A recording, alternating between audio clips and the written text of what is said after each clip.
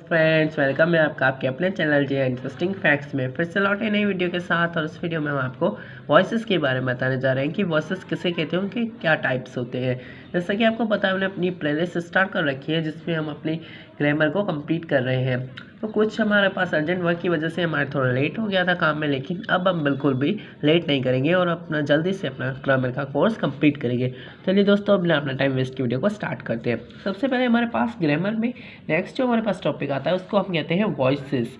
Voices आपको पता है किसे कहते हैं? वॉइसेस हम कहते हैं आवाज़, जिसका उर्दू में मीनिंग होती है आवाज़। वॉइसेस हमारे पास दो टाइप्स की होती है, एक को हम कहते हैं एक्टिव वॉइस, दूसरी को हम कहते हैं पैसिव वॉइस। एक्टिव वॉइस में क्या होता है कि हमारे पास कोई भी अगर हम सेंटेंस कहते हैं तो उसको हम डायरेक्टली कह दें, और पैसिव वॉइस में हम उसको इनडायरेक्टली कह दें। जैसे फॉर एग्जांपल हम कहते हैं मैं एक एप्पल खाता हूँ, तो ये हमारे पास हो गया एक्टिव वॉइस, मतलब हमने डायरेक्टली ये चीज़ बोल दी कि मैं एप्पल खाता हूँ। और अगर हम इसको पैसिव वॉइस बोलेंगे, मतलब उसको घुमा फिरा के बोलेंगे, तो हम कहेंगे an apple is eaten by me, मतलब एक एप्पल खाया जाता है मुझसे। चलिए अब इसका फॉर्मेशन देख लेते हैं कि उसका फॉर्मेशन किस तरह से होता है। एक्टिव वॉइस का जो फॉर्मेशन होता है वो हमारे पास जितने भी सारे हमारे पास 12 टाइप्स के हमारे टेंसेस होते हैं वो सारे हमारे पास एक्टिव वॉइस में ही लिखे गए होते हैं।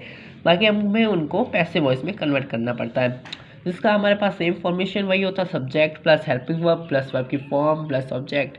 लेकिन जो हमारे पास पैसिव वॉइस होता है उसमें हमारे पास ऑब्जेक्ट पहले आता है, प्लस उसके बाद हमारे पास हेल्पिंग वर्ब आता है, प्लस हमारे पास वर्ब की फॉर्म होती है। यहाँ पे लिखा हुआ है थ्री का मतलब पैसिव वॉइस में हमारे पास हमेशा जो फॉर्म आती है वो हमेशा थर्ड फॉर्म लगती है, और लास्ट में हमारे पास सब्जेक्ट होता है। मतलब ये ऑब्जेक्ट जो है वो सब्जेक्ट की जगह ले लेता है और सब्जेक्ट ऑब्जेक्ट की जगह ले लेता है। नेक्स्ट अब हम देखते हैं कि कौन सा टेंस किस टेंस में चेंज होगा। तो हमारे पास प्रेजेंट इंडेफिनिट टेंस होगा, वो हमारे पास प्रेजेंट कंटिन्यूस में चेंज होगा। हमारे पास प्रेजेंट परफेक्ट होगा, वो प्रेजेंट परफेक्ट कंटिन्यूस में होगा।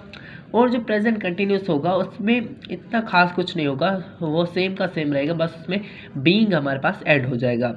नेक्स्ट जो हमारे पास प्रेजेंट परफेक्ट कंटिन्यूस है वो चेंज नहीं होगा।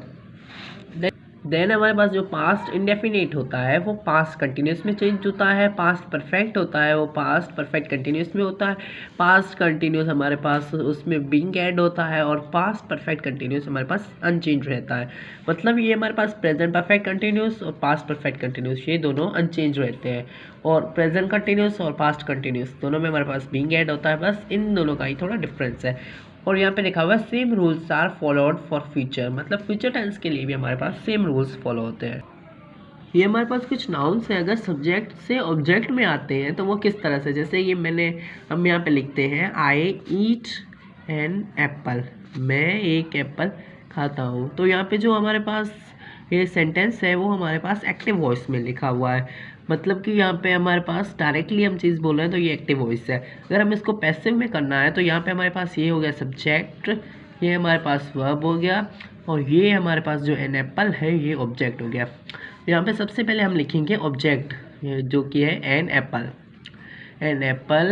देन हमारे पास जो ये प्रेजेंट इंडेफिनिट है तो वो हमारे पास प्रेजेंट कंटिन्यूस में होगा। तो प्रेजेंट कंटिन्यूस में जो हमारे पास हेल्पिंग वर्ब लगता है वो इज़ है, an apple is. Then eat हमारे पास चेंज होगा वर्ब की थर्ड फॉर्म ईटन। देन यहाँ पे बाय लगेगा हमारे पास।